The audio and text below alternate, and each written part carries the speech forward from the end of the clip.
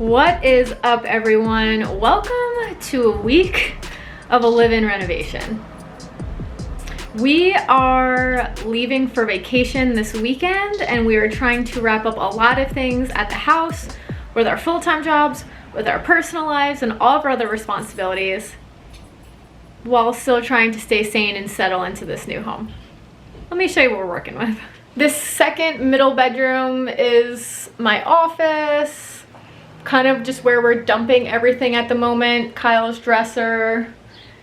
It really is just a mess. Our bedroom's a little bit more organized because we've been making this one the mess, but what are you doing, baby? Try to get a little after work in and at least get the flooring done so when we walk from our bedroom to the bathroom in the middle of the night, we're not walking on old subfloor. Yes, because we very much have been kind of like walking comfortably to here, then I'd have like a blanket down, then I'd have a box down, and then you'd kind of like hop your way into the bathroom. And I had a big uneven spot here, so I had to feather some thin set in, and Bodie snuck by and stepped in it right where he's standing right now. He didn't fully comprehend what wet thin set meant. I think it'll be cute. It'll be stuck under the floor forever. So we wrote his name underneath this little pole print. And the sheetrocker's been here taping and spackling, and today he started sanding, so the place is a little bit of a mess. He said tomorrow is going to be the worst and advised us to turn the HVAC system completely off.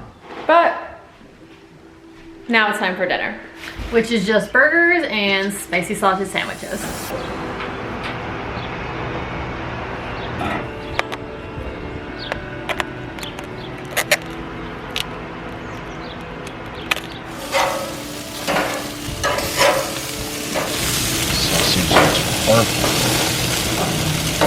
Wow, baby.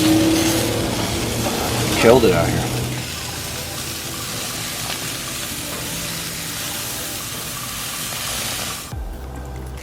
Only the fanciest of beverages for us.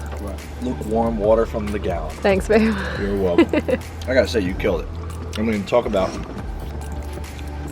summer dinner. Can't really mess up a burger and a brat. Damn right. Not the fanciest of dinners, but it works. It works. And I love ketchup on like Italian sausage sandwiches or like spicy sausage sandwiches, and I get the weirdest looks all the time. Gotta So be a red please, sauce. if Gotta you're be a out red sauce. there and you like ketchup on sausage, you gotta let me know. Gotta be a red sauce. It's red. Yeah. Super good though. All right, that was good, but I gotta get back to work. And since we don't have a kitchen, that means we don't have a dishwasher, which means we don't have a kitchen sink. We also don't have a sink in this bathroom. The only sink in this place is in the basement, and it's super tiny and the faucet's super low. So in order to clean dishes, I get to come to the bathtub.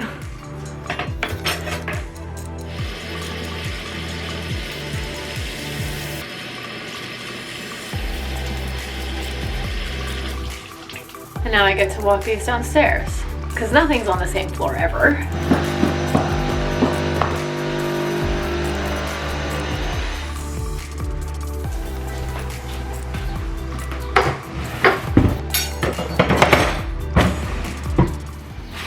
And then the food gets to go in the fridge in the basement.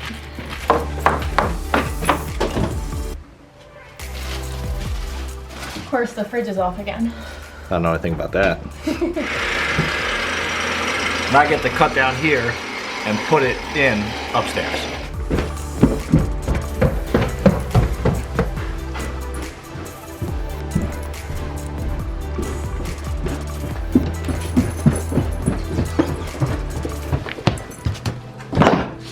But I'm definitely getting my steps in. Oh, it was like a hair too short. Gotta go back down.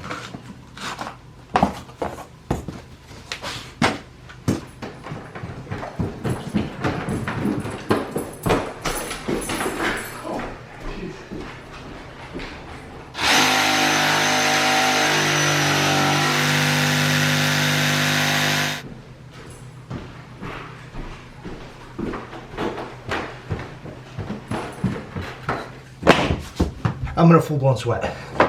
Keep your fingers crossed. Yoo! We got it. We in.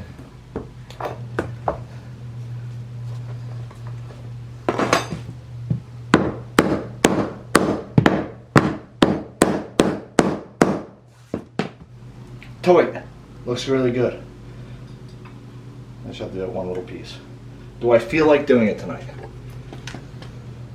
Is that one of those things that just like stays undone until we move out, like in 3 to 5 years? No, I'll do it right now. It'll take 2 seconds. That's that one. All right. This is the only thing keeping me between a shower and more work. Come on, buddy. Come on, buddy.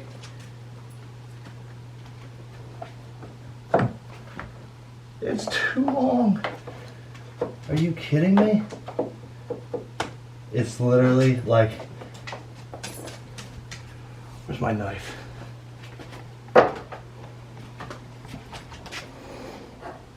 This is not how you want to do it. It's exactly how you want to do it. I've walked enough stairs tonight. I'm going to snap this piece, and then I'm really going to be screwed.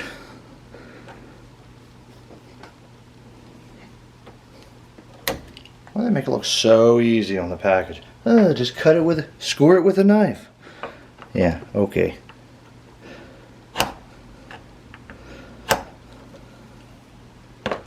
Be very curious, actually, if that, negative. You can't just score it with a knife. Note to self.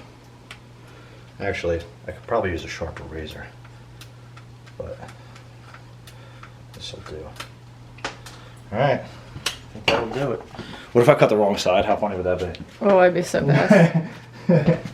And this is exactly what you don't want on a brand new floor, because that is so easy to step on, and then you got a big gouge right in the middle of your brand new floor.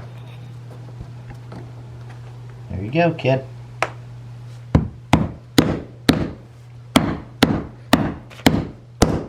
Locked in. Now we'll put a threshold there. Bada bing, bada boom, bada boop. Done. Right, Bode? What do you think? Alright, give me a fiver. Yo. Hey, don't leave me hanging, bro. Come on. I have piss food in my hand. Ah, I see Alright. what's happening here. Alright, I'm gonna shower. Real quick though, before you shower, can you hang those blinds? The ones I was just moving out of the hallway? Yes. And let me show you why. Because when we bought this house, it already had these little IKEA curtains, and we just assumed there were blinds behind them. There are not, which we found out. We woke up at 5 a.m. when the sun rose, and so we've been a little trashy just hanging blankets over the windows to keep the sun out. So, if you wouldn't mind. The only reason why I'll agree to this is because if Lauren doesn't sleep well, we all suffer. So we need to make sure she's rested and fed and rested. It starts with blackout blinds. I'm basically just a toddler. It's not that complicated. Leave our stuff alone, bud. Oh, I'm gonna do. Have them backwards? No. No.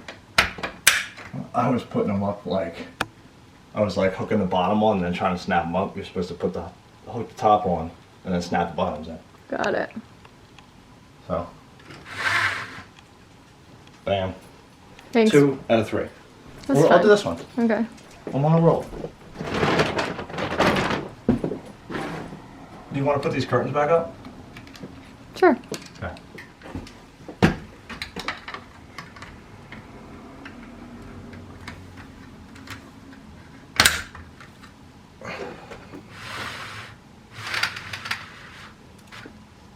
Joe, look at that.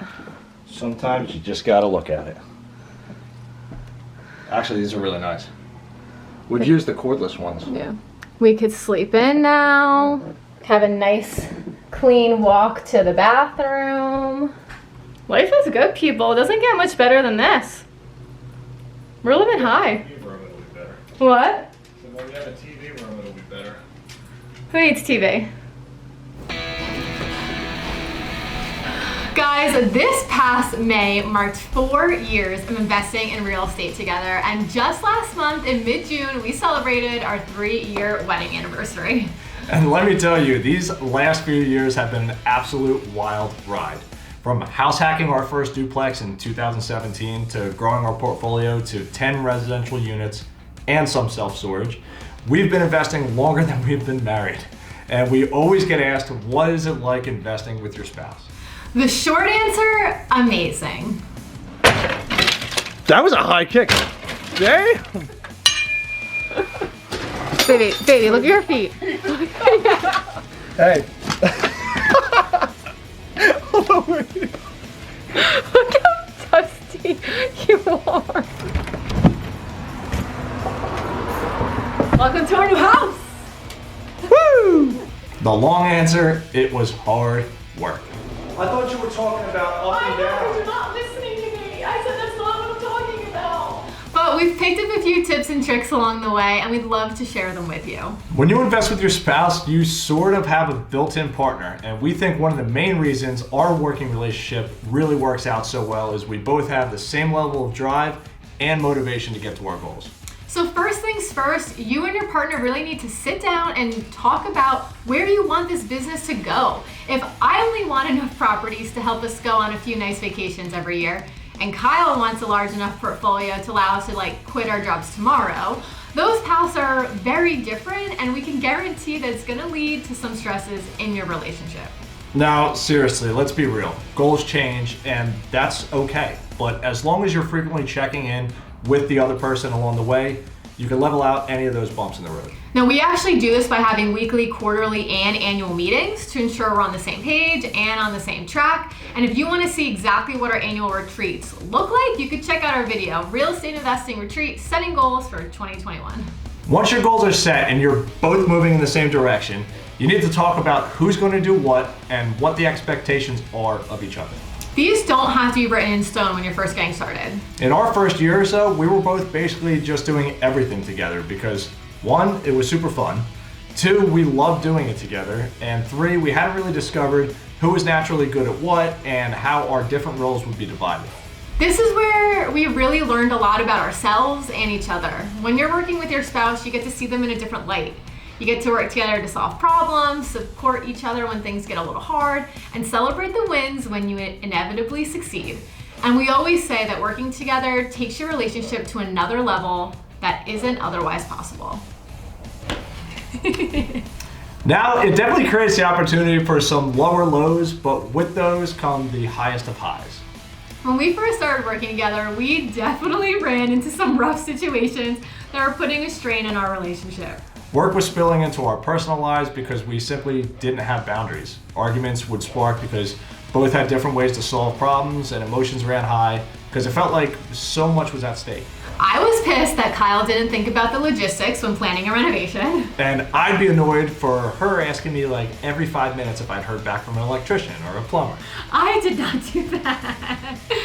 But we finally realized that our opposing skills and personality traits were actually the key to our success. When you're looking for a business partner, you definitely want someone who's going to make up for your weaknesses and fill any gaps. So instead of muscling through tasks together, we just started splitting them up. And that's how we came up with our current working arrangement. She loves logistics, finances, tenant management, so she handles the back office administration sort of stuff, working with banks and lenders on funding, materials and scheduling of renovations, and all tenant management. Well, Kyle finds us private money, negotiates off-market deals, handles all the subcontractor relationships, and tenant repairs. There are still some things that we both do, like deal finding and analyzing, but we both bring different perspectives and expertise to those tasks. But even after you come together on a common goal and divvy up the different tasks, it still doesn't guarantee smooth sailing. So how do we make it work? We developed what we call the dashed line agreement. It's a system we use to ensure we work separately and together efficiently. To get our point across, we first need to take you back to driver's ed for a quick little road marking lesson. Let's start with double yellow lines. These lines mark the center of the two-lane road, as in cars are driving in different directions. We already explained that the first step is to make sure you're at least traveling in the same direction. That's why this road marking doesn't work. Next up is the single solid white line. This indicates that two cars are traveling in the same direction, but they are not allowed to switch into each other's lanes. This may seem like an ideal situation in a partnership. Like how we always hear the phrase, stay in your lane, but while this is usually true, we'll explain why it's not. The final and most effective road marking is the dashed white line. This marking indicates that cars are traveling in the same direction, good, and should generally stay in their own lanes, great, but they do have the opportunity to switch lanes if needed. And this is truly the ideal partnership because you both have your outlined and divided roles, but we're all human and we need help every once in a while, so you're able to switch lanes when necessary. But hold up, because the corny traffic examples do not end here. We're still missing the most important part of the entire agreement. When switching lanes, it is key that you or your partner not only put on your blinker that you're coming into the other's lanes to help, but also to signal each other when you're on your way out. This is when balls get dropped, when one person assumes the other person's doing something. Honestly, it all just comes down to communication. Details slip through the cracks when you don't talk frequently. Plans change, goals misalign, and before you know it, you're arguing over X, Y, and Z. This agreement, combined with our weekly team meetings, we feel is the secret to our success. Now, it isn't foolproof. We still have disagreements, but it has been a game changer for our personal and business relationships. And that is going to do it for us this week. If you haven't already, check out our house hacking series and subscribe to follow along as we house hack our next investment property. And if you have any questions at all about working with your partner or any tips that you found helpful, drop a comment below. If you've ever argued with your partner over real estate, roundhouse kick that like button. We'll see you guys next week. Peace.